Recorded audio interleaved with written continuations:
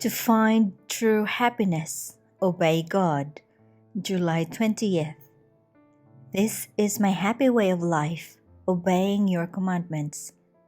Psalms chapter 119, verse 56.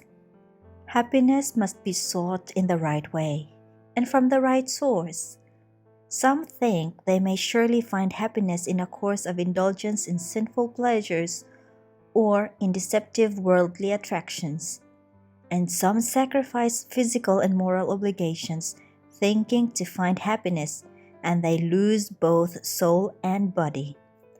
Others will seek their happiness in the indulgence of an unnatural appetite and consider the indulgence of taste more desirable than health and life.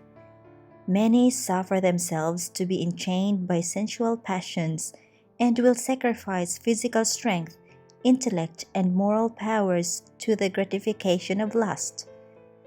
They will bring themselves to untimely graves, and in the judgment will be charged with self-murder. Is this happiness desirable which is to be found in the path of disobedience and transgression of physical and moral law? Christ's life points out the true source of happiness and how it is to be attained. His life points the direct and only path to heaven. Let the voice of wisdom be heard. Let it mark out the path. Her ways are ways of pleasantness, and all her paths are peace. Temptations are on every side to allure the steps of youth to their ruin. The sad deficiency in the education of children leaves them weak and unguarded, vacillating in character, feeble in intellect, and deficient in moral strength, so that so far from imitating the life of Christ, the youth generally are like a reed trembling in the wind. They have not physical constitution or moral power because they yield to temptations. Through sinful indulgences, they stain their purity and their manners are corrupted. They are impatient of restraint and flatter themselves if they could only have their own way, they should then be very happy.